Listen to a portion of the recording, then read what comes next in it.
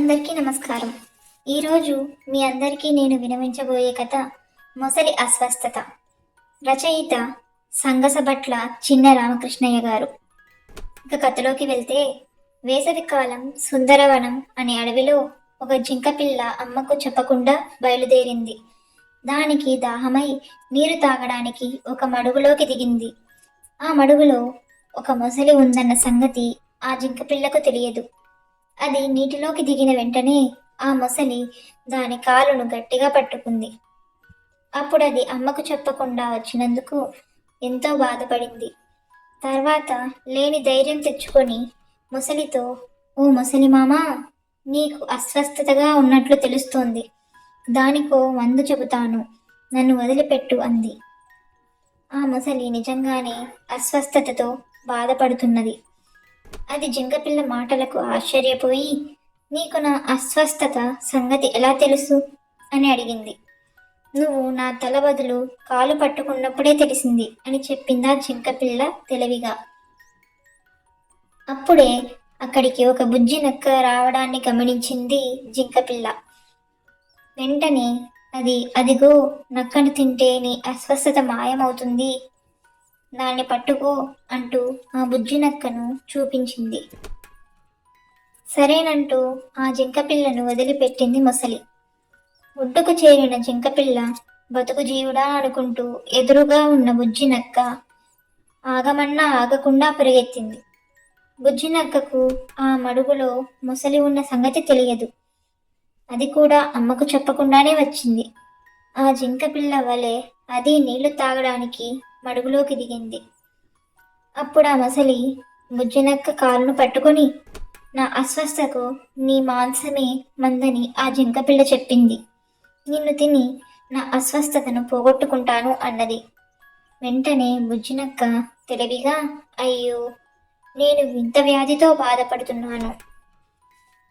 నన్ను తిన్నవారికి కూడా వ్యాధి సోకుతుంది.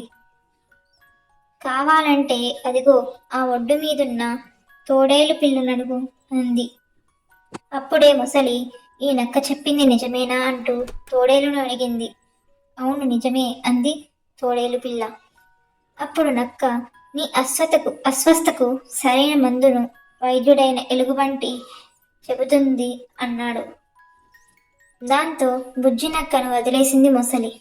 వెంటనే తోడేలుతో కలిసి నక్క అక్కడి నుంచి వెళ్ళిపోయింది.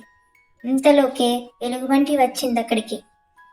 మొసలి తన అస్వస్థతకు దాన్ని మందు అడిగింది. మొసలి ఆ మడుగులో ఉన్న సంగతి ఎలుగుబంటికి తెలుసు కనుక అది నీటిలోకి దిగకుండానే ఒడ్డు మీదే ఉండి కొన్ని ఆకులను దానిపై విసిరేసి వాటిని తినమని చెప్పింది. ఆ ఆకులను ఆరగించింది మొసలి. తర్వాత, "ఎలుగుమామ, ఆ బుజ్జినక్కకు వింత వ్యాధి ఉందట నిజమేనా?" అని అడిగింది అమాయకంగా. అప్పుడు ఎలుగుబంటి నవ్వి, "దానికా వ్యాధి ఉంటే నా దగ్గరకు వచ్చేది. ఈ అడవిలో నేను తప్ప వైద్యం చేసేవారు లేరు కదా" అంది. మరి తోడేలు కూడా అది నిజమని చెప్పిందే అంది మొసలి. దానికది ఊతపదం. ఏం మాట్లాడినా అది అవును, నిజమే అంటుంది. ఆ జింకపిల్ల, బుజ్జినక్క తెలివిగలవి. ఆపదలో ఎలా తప్పించుకోవాలో చేసి చూపెట్టాయి. అయినా నువ్వు జంతువుల పిల్లల మీద పడటమేంటి? రేపొద్దున నీ బిడ్డను ఏ జంతువైనా మింగేస్తే నీకెలా ఉంటుంది? అలాగే మిగిలిన జంతువులు కూడా కదా. చిన్న జంతువులకు భవిష్యత్తు ఉందని, వాటి జోలికి వెళ్ళొద్దని మృగరాజు సింహం జంతువులన్నిటినీ ఆదేశించింది. అది నీకు తెలియదా? వాటిని చంపుతున్నావు కనుకనే నీ ఆరోగ్యం చెడింది. ఈ సంగతి సింహానికి తెలిస్తే ఊరుకోదు. ఇక నుంచైనా వాటి జోలికి వెళ్ళకు. అదిగో ఆ చెట్టు పండ్లను తిని కడుపు నింపుకో. అవి ఆరోగ్యాన్నిస్తాయి" అంది ఎలుగుబంటి. ఈ అడవిలో ఉన్న ఈ ఒక్క మడుగు వల్ల పాపం చిన్న జంతువులన్నీ ఈ ముసలికి చిక్కుతున్నాయి. మరికొన్ని కొలనులు తవ్వించి జంతువుల దాహార్తి తీర్చమని సింహానికి చెప్పాలి అనుకుంటూ అది అక్కడి నుంచి వెళ్ళిపోయింది. కథ ఇంతటితో ముగిసింది. మళ్ళీ ఇంకో మంచి కథ కోసం వేచి ఉండండి. ఛానల్ని సబ్స్క్రైబ్ చేయండి. కథ నచ్చినట్లయితే లైక్ చేసి షేర్ చేయండి.